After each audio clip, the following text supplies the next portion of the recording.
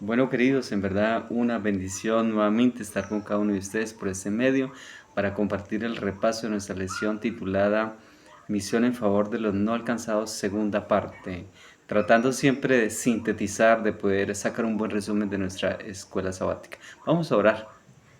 Querido Señor, gracias porque tú estás presente en todo nuestro diario vivir. Danos entendimiento para sacar grandes lecciones para nuestras vidas. En el nombre de Jesús, amén. Bueno, esta lección es una lección como todas las demás muy significativa y que nos deja grandes enseñanzas para nuestro diario vivir. Y es que hablando acerca de las personas no alcanzadas, es muy bueno ir un poquito a profundizar más ampliamente, o mejor recordar en cuando comenzó el pecado, cuando el hombre cayó en pecado. Dice la palabra profética que las arpas dejaron de producir hermosas melodías en el cielo. Los ángeles dieron suspensión a tan hermosas melodías entonadas al Rey de Reyes y Señor de Señores. Todas las bóvedas celestes se llenaron de dolor, de tristeza, y fue ahí donde el Hijo de Dios se conmovió de esa manera venir a esta tierra y darnos una oportunidad de salvación. Cuando el hombre cae en pecado, según Génesis 3:9, dice la Biblia, y llamó Jehová Dios al hombre y le dijo, ¿dónde estás tú? Es un texto que nos llama la atención a cómo, en verdad, en lugar de el hombre cuando peca, cuando desobedece, debió de buscar a Dios, pero no fue así. El mismo Señor, como primer misionero, le busca, le llama. Así, a través de la historia, Dios continúa llamando al ser humano y entonces lo llama tanto en el huerto como también en la ciudad y en cualquier lugar que se encuentre. Lo llama con un amor de misericordia. El pueblo de Israel, a través de los tiempos, Dios llamó y levantó un pueblo llamado el pueblo de Israel, y ese pueblo lo puso como ejemplo ante todas las naciones. Allí en Jueces capítulo 3, 1 al 6, registra cómo Dios lo puso como prueba, y entonces él estaba junto a los cananeos, eteos, jebuseos y fereceos, y cómo realmente ellos debían de ser luz, debían de proyectar salvación, esperanza, conocimiento. Pero desafortunadamente ellos, dice la Biblia, que tomaron de sus hijas por esposas y dieron de sus hijas a las demás personas no cristianas. O sea, cómo realmente ellos estaban ahí y en lugar de influenciar, se dejaron influenciar hasta tal punto de que resultaron adorando a sus dioses falsos. Resultaron en idolatría. También el rey Salomón, dice la Biblia, que se casó con una princesa sidonia, la cual también desvió su corazón a dioses que no debía nunca haberse desviado. Y bueno, a través de la historia eso ha pasado, pero llama la atención, y ahí donde vamos a leer, por favor, según San Mateo. Es un texto el cual nos muestra una biografía muy amplia acerca de Jesús y cómo Él se tomó realmente la tarea, viene desde los atrios celestiales, toma en serio la misión, la cumple con toda efectividad, y ahí es donde la lección se nos centraba muy a profundidad. Según San Mateo capítulo 9 versículo 35, mira lo que dice la Biblia hablando del gran y maravilloso ejemplo de Jesús. Y recorría Jesús todas las naciones y aldeas. Acá dice claramente que Jesús recorría todas las ciudades y aldeas. Lo hacía, caminaba a través del sol, es decir, expuesto al sol, expuesto a la lluvia. Recorría todas las ciudades y aldeas de su tiempo habitado. Y sigue diciendo, enseñando en las sinagogas de ellos, de los judíos, de todos los demás de su tiempo, enseñando en las sinagogas. Y Lucas 4:16 nos dice que el día explícito para Jesús enseñar era el sábado. Ese era el día que Jesús enseñaba. Y aparte de enseñar, dice, y predicando el evangelio del reino y sanando toda enfermedad y toda dolencia en el pueblo. Qué maravillosa biografía de nuestro amante Salvador, que recorría toda Galilea, toda la parte habitada de su entonces, Judea y demás, enseñando, predicando y sanando toda dolencia y enfermedad del pueblo. Un ejemplo como ese en verdad que es digno de imitar, porque fue una vida de consecuente actividad, una vida siempre que estuvo activa, no estuvo en la osadía, no estuvo trabajando para sí mismo, haciendo inversiones, edificando casas, comprando fincas y labrando, no estuvo en eso, aunque no era un ocioso, mas sabemos que él trabajaba en la carpintería con José, de la carpintería de Nazaret a su casa y así, la casa, la carpintería. Trabajó también para su sustento, para ayudar en los quehaceres de la casa. No fue un holgazán, claro que no, pero dedicó 100% tiempo a la obra misionera. Entonces, cuán importante es poder nosotros vislumbrar esas bonitas enseñanzas. Eso lo dice San Mateo 9:35, como también San Mateo 4:23, cómo Jesús recorría en su tiempo muchas partes de aquel entonces, al parecer 10 provincias de aquel entonces, y todos fueron bendecidos por la palabra de Jesús de una manera presencial.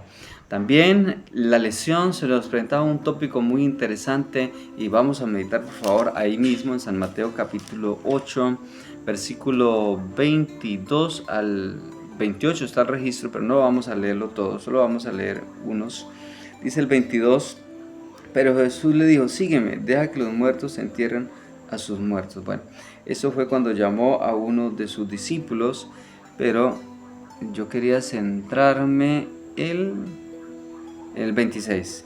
Y él les dijo, ¿por qué teméis, hombres de poca fe? Entonces levantándose reprendió a los vientos y el mar y se hizo grande bonanza.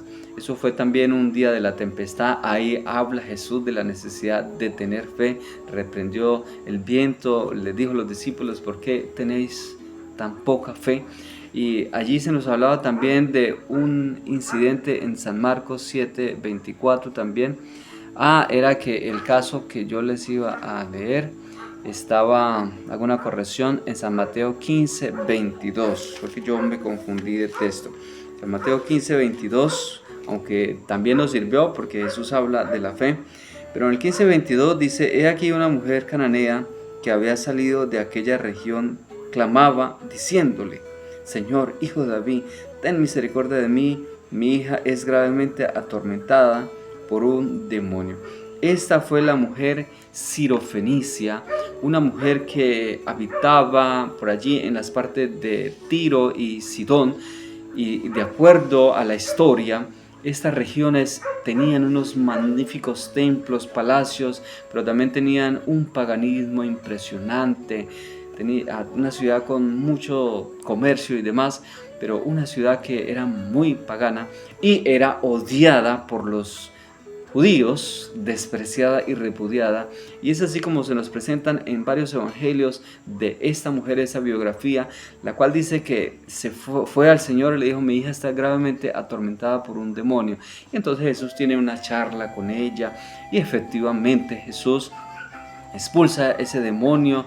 Jesús entonces allí hace su maravillosa obra, porque yo quiero que leamos donde Jesús elogia la fe de ella. Mira lo que dice el 28. Entonces respondiendo Jesús le dijo, oh mujer, grande es tu fe, sea hecho contigo como quieres. Y su hija fue sanada desde aquella hora.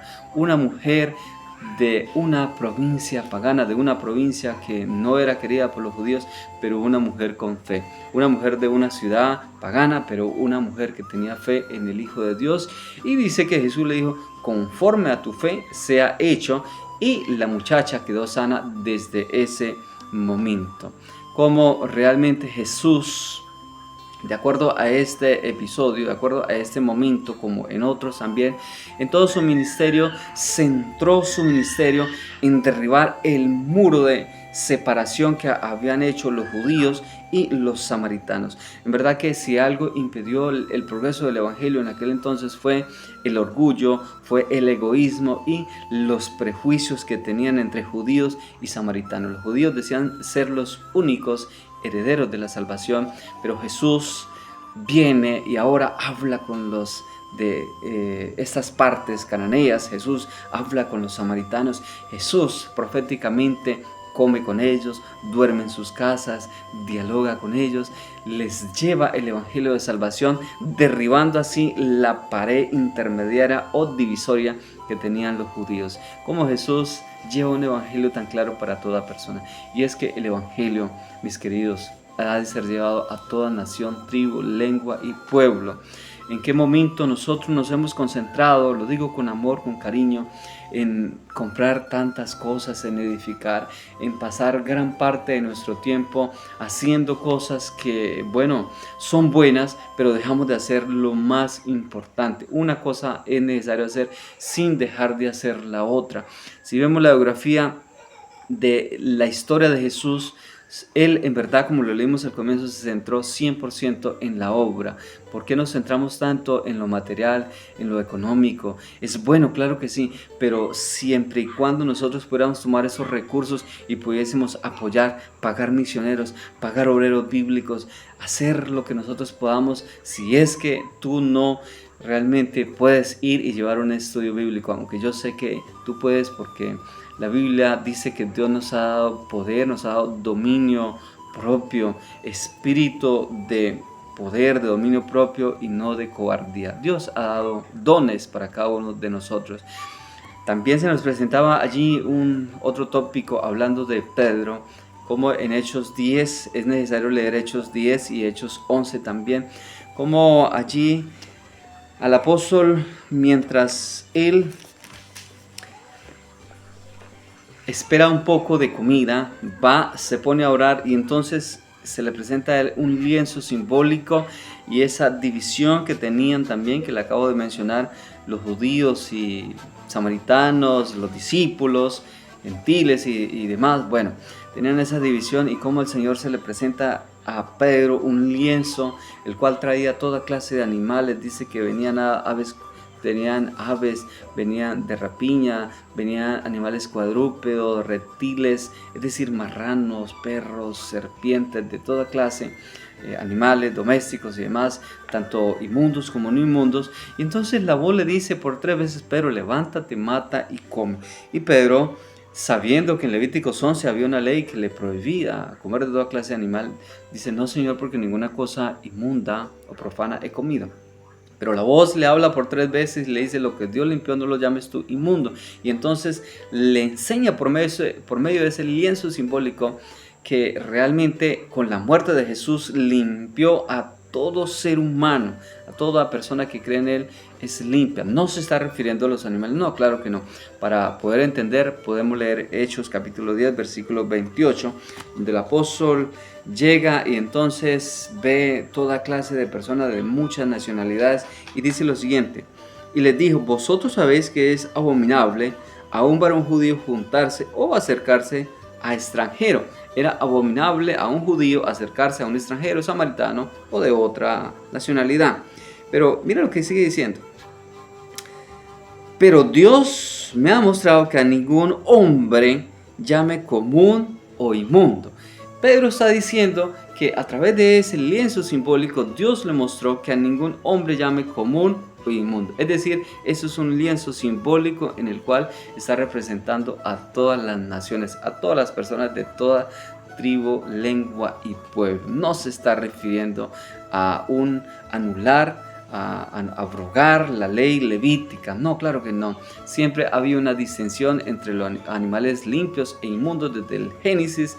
Ya cuando subieron al arca 7 parejas limpias y 2 inmundas, ya había una distinción, y esa distinción obviamente siempre tiene validez a la palabra del Señor y seguirá con vigencia porque son leyes de salud. No está hablando de alimentación como algunas personas han creído.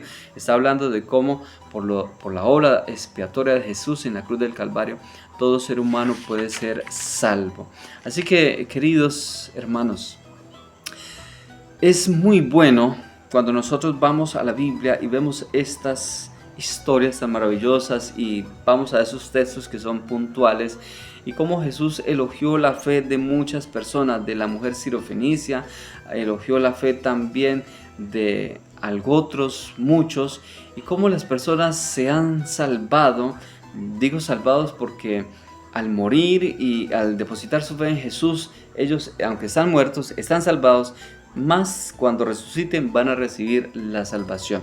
Pero como Jesús elogia la fe de muchas personas de otras nacionalidades, como Jesús elogia la fe de personas que al parecer uno puede decir que son paganos, pero tienen fe.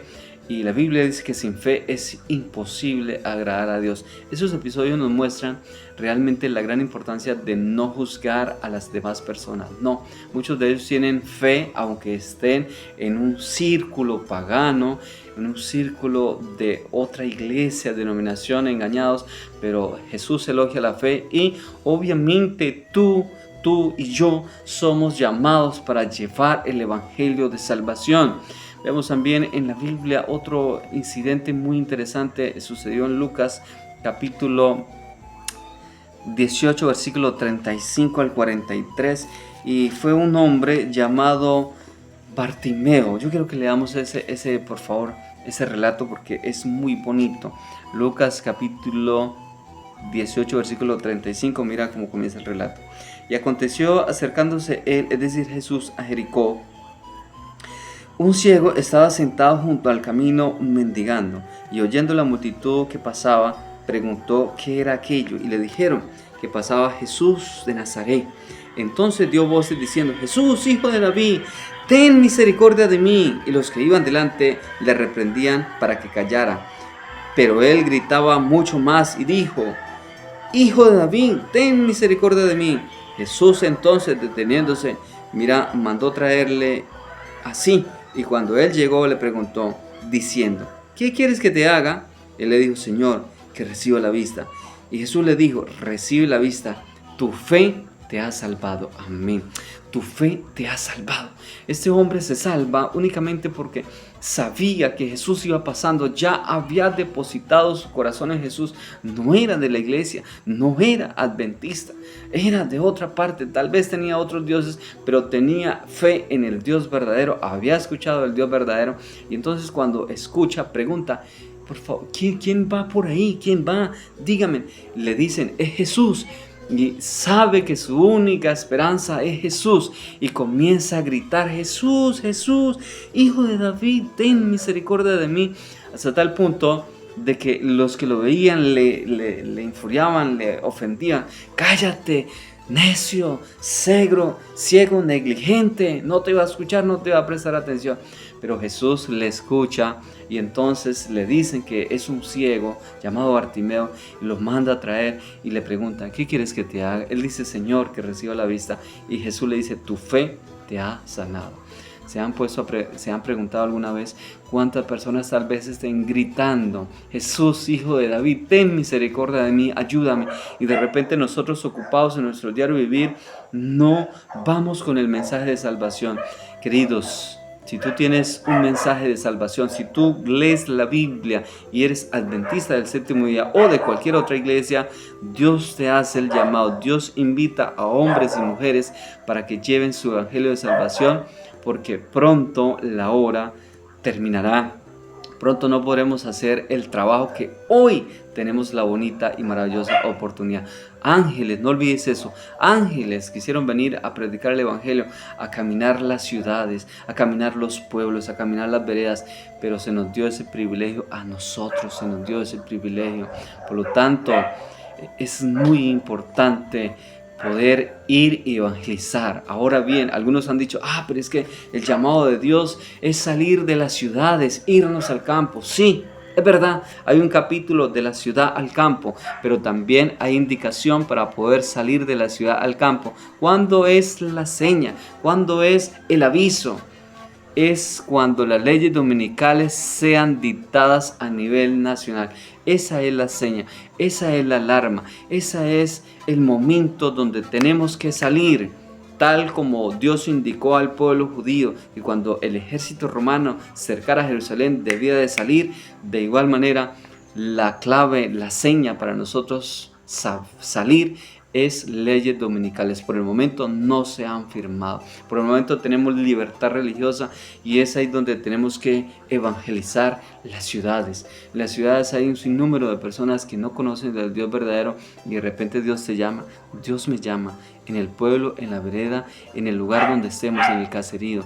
Dios te llama a trabajar por ellos. Hermanos, que yo quiero vivir en el campo. Está bien, vive en el campo, pero haz lo que hizo Enoc, que Enoc vivía en el campo y iba a la ciudad y allí compartía el mensaje de salvación. Si lo vas a hacer, muy bien, alabado sea el Señor, pero no te dediques solamente a la labranza, porque eso pasa con nosotros los que en alguna ocasión hemos vivido en el campo y somos del campo, y es que nos centramos en edificar, nos centramos en sembrar, nos centramos en coger cosechas y en cuidar para otra cosecha y otra cosecha, hasta tal punto de que se nos va gran parte de nuestros años, de nuestra vida, de nuestra juventud, y descuidamos la obra que podemos hacer en las ciudades. ¿Cómo la podemos hacer?